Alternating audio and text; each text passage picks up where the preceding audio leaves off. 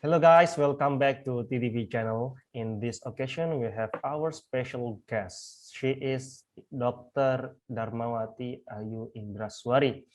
She is a lecturer in a public university in Indonesia, exactly in Central Java, in Faculty of Medicine. Hello Ayu, how are you? Hi, Tony. I'm very well. Thank you so much. How about you? Not so bad for today. In this Very well. occasion, we are going to talk about how to avoid weight gain during Ramadan. I think this is the common topic that everybody talk about it. So, Dr. Ayu, um, instead doing any diet method, all Muslims in the world are pushed to fast for 30 days or 9 and 20 days. And we are not allowed to eat and drink. In Indonesia, it's about 14 hours in a day. It means more than half a day we are not drinking and eating at all. I mean, without doing any diet method, it is automatically uh, we can lose our weight gain, our weight. I mean, we can lose our weight. How do you say? Yeah, that's true. First of all, you can call me Ayu instead. Okay. So, yeah, that's very true that during the fasting month, Muslims theoretically should lose weight instead of gaining weight. But the Mm-hmm. fact that we see that most people, maybe more than half of the population who does the Ramadan fasting will not lose weight. Instead, they will gain their weight. If you lose your weight, then you are one of the minority. Our society tend to consume more during the Ramadan. We can have a look at the statistics that the highest consumption of food throughout the Mm-hmm. years during Ramadan. That's a fact about, we tend to buy a lot kinds of food, and also the quantity also increased. So I think that's a pity that we should lose weight, but we don't during But Ramadan. in fact, in normal condition, we can eat in a day 3 or 4 times in a day. But during Ramadan, we can only maybe 2 or 3 times in a day. How come that we are very possible to uh, gain our weight? How come? Yeah, that's the determinants for weight loss or weight gain is the calorie intake and Mm-hmm. the calorie consumed by the physical activity. So there must be an imbalance between the what comes in and what comes out. So I think we tend to preserve our energy by doing almost nothing during Ramadan, and then resulting in weight gain, I think. So do you mean in normal condition we can do a lot of activities, maybe 3 or 5 activities, but in during Ramadan we are able only do maybe 1 or 2 activities, which is this is consume less maybe calories in a day. Do you mean like that? Exactly. Yes. Yeah, exactly. So by itself, theoretically, when we limit our eating period, we have 24 hours a day, right? So if we do the intermittent fasting, the Ramadan means intermittent fasting. So we eat a certain period of time and then we fast for a certain period of time. Automatically, the limitation on the eating period will result in fewer calorie intake. So theoretically, we should lose weight, but that doesn't happen to everyone. Okay. Furthermore, maybe you will tell us about a good diet method in Ramadan. I want to ask what makes your diet method is so special in this Ramadan. Yes, thank you. That's a very good question, actually. Um, you can have a look at the scientific journals. We can Google the best method of diet to lose weight is actually intermittent fasting, the IF. So you just limit the period of eating instead of limiting the calories or making a certain variations of your food, like you don't eat this, but you eat that, something like that. The highest chance of success is by limiting your time. That's the IF. So Ramadan itself is an IF. It's an intermittent fasting. So I can say that's the best method to lose weight, just Okay, by limiting your eating time. okay. Let's say about doing any exercise. Okay, you have said that maybe we are able to do less activities than normal condition. So is that possible for someone to do any exercise in Ramadan?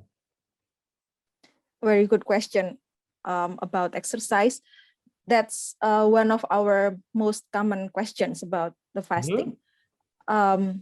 The problem is fasting makes us lack of energy, and we wonder when we should exercise, before or after the eating period. So I say, long story short, before the iftar, before the fast breaking, Okay. the maghrib dinner, we can do the exercise, especially the cardio exercise.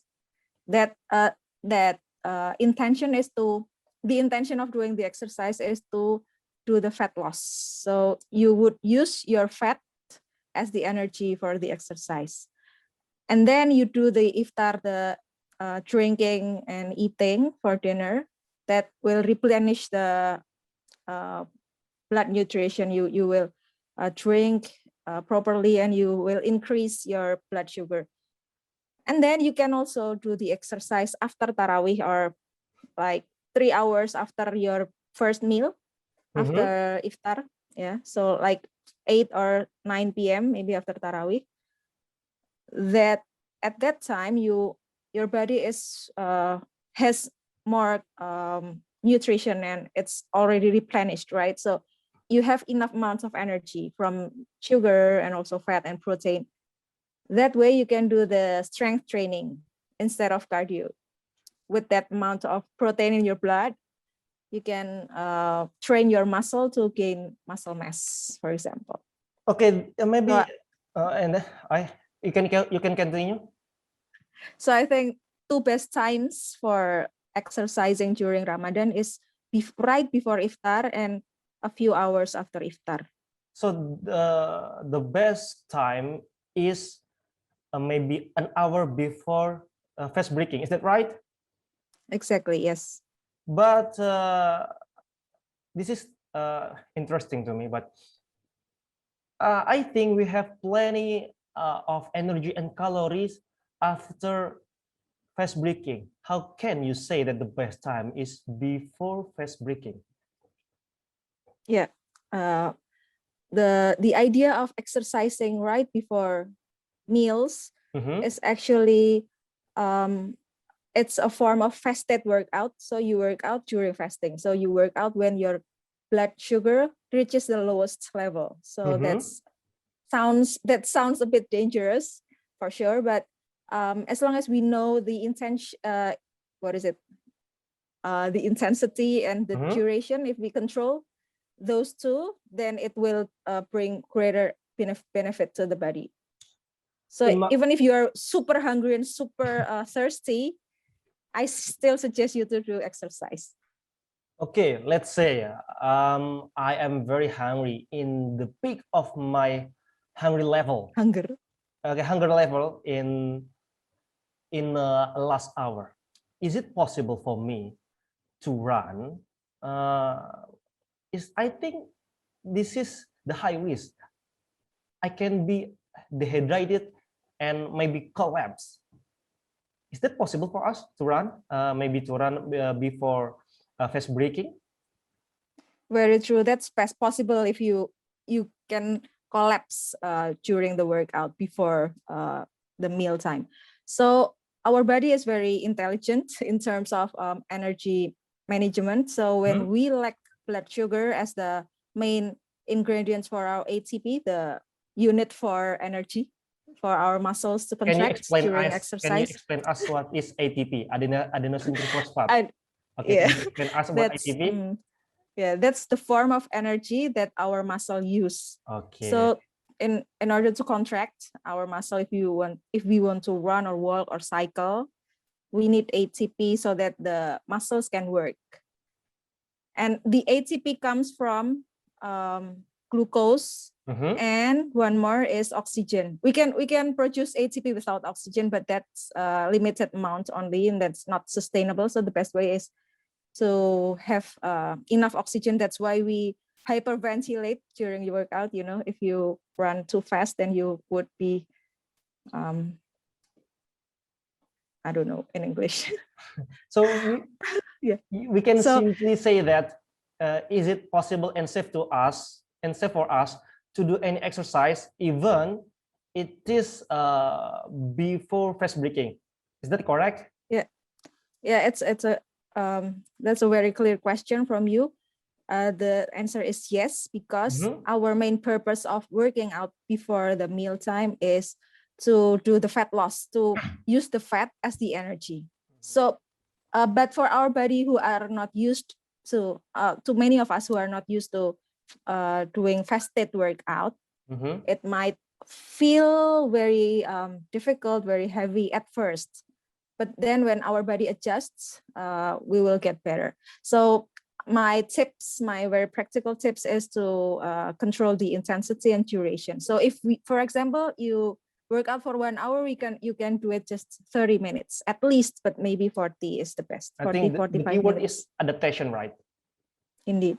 Okay.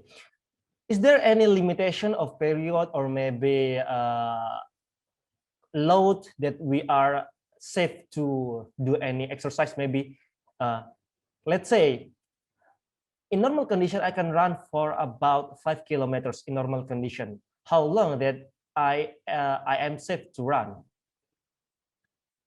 Yeah, that's a very good example. If you run 5K for maybe 30 minutes, okay. I believe you can run 5K in 30 minutes. I cannot.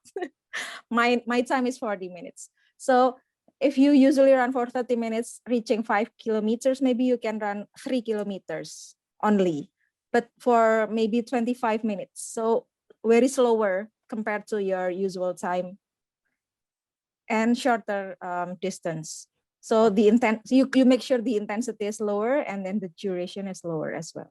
Okay, this is about cardiovascular sport exercise. Indeed. How can we say and safe to maybe pull up or push up? What is the limitation for this exercise?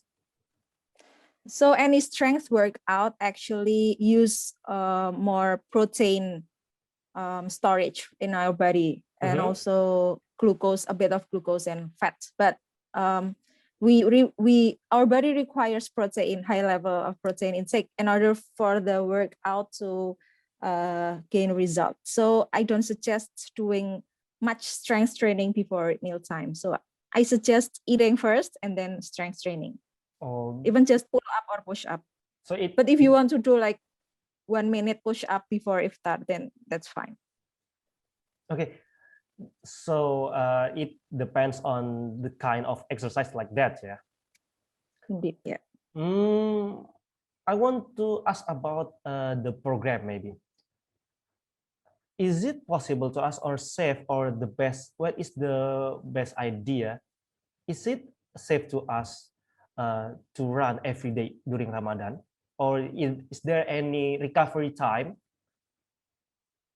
So, okay, the recommendations from the American Association of Heart Disease, Heart Association, sorry, is during doing exercise for 150 minutes a week. So if you can run, you can 50.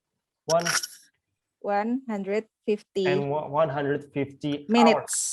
100 minutes a week. A week. Yeah. In normal condition. So, in normal, yeah. Okay. And how about in Ramadan?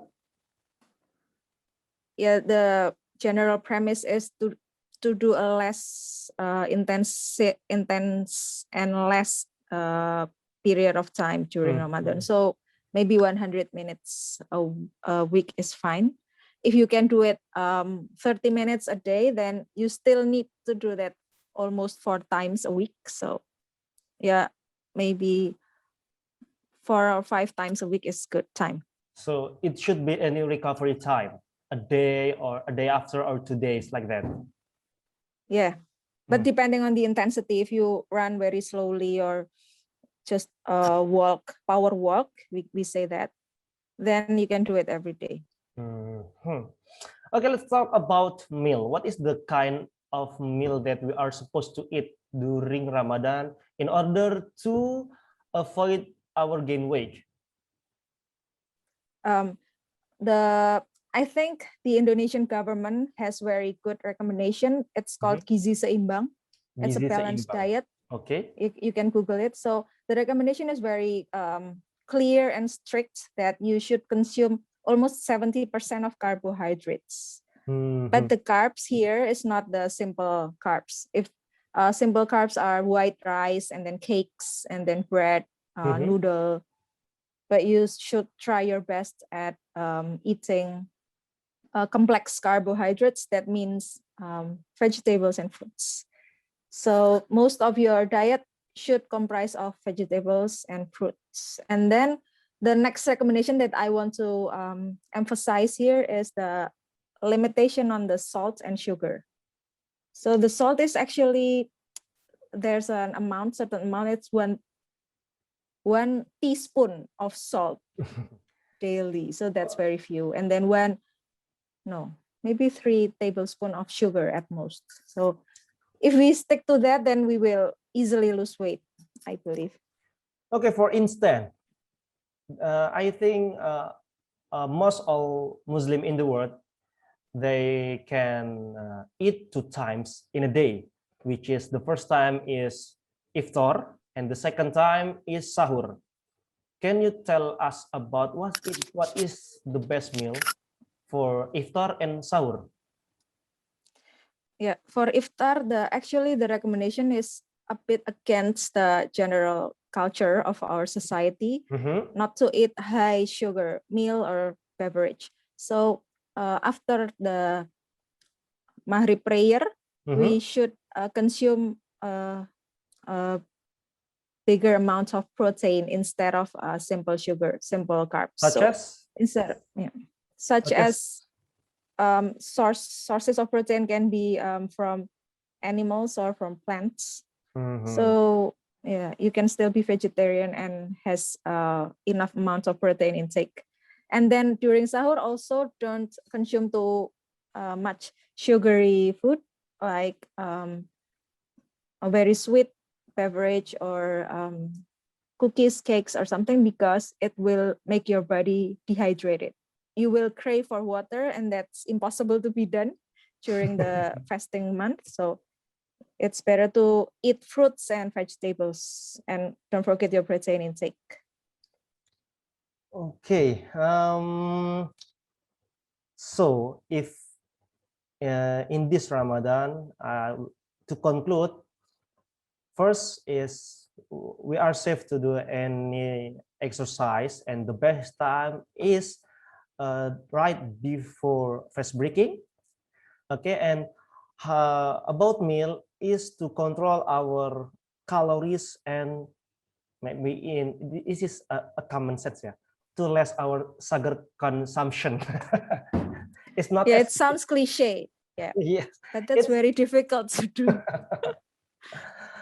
Okay, anything else that you have in mind to say our friends in Ramadan? Yes, I have a lot of things to say, but I want to correct you about the best time to exercise. If you want to gain muscle mass, that means leaner weight, the lean body mass, you should do the strength training, and the best time is after dinner, not before. It depends on kind of any exercise like. And the purpose of the exercise.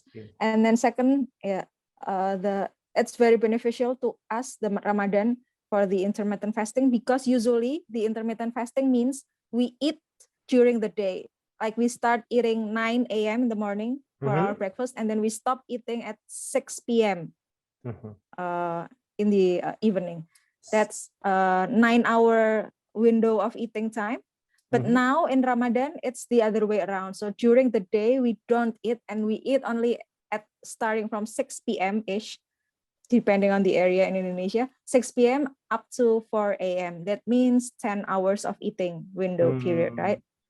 But in those 10 hours, we should sleep for like 6 hours, right? So we have only 4 hours left awake and eat. So that should be beneficial. We should use it correctly. We can only eat like from 6 to 10 p.m. So maybe only 4 hours. We can only eat for 2 plates maybe, and then in the morning for very light meal or small meal. Okay, as you have said, those points, is that applicable for Muslim, those who lives in German, which they are pushed to fast in 20 hours in a day? Very good question there, but it's Germany, not German, because the Germans live in Germany. Sorry. But so I used to say Deutschland. Deutschland, in Deutsch wir sagen Deutschland. Okay. So a very good question. Actually, in fact, in scientific journals, it says that the best intermittent fasting is 20 and 4. So 20 hours of fasting and 4 hours of eating. So that will bring more benefit, even more benefit than us here in Indonesia, 14 hours of fasting. So do you mean, is it more possible to lose our gain in German rather than in Indonesia? Shortly, yes. It still depends on your meals and your activity, but yeah, 4 hours only for eating is better, even better. Furthermore, that is winter season. I don't think. Or summer season. I think summer, of course. Summer, yeah. okay. Winter has shorter fasting period. So to those viewers that who want to lose their gain, we suggest to fast in German. Germany or other subtropical country in the northern parts of the globe. Yeah. Okay. I think so. Okay, maybe this our golden topic for today. Thank you for your advice, Doc. My pleasure, Tony. Okay, and until next time. See you. Yeah, see you.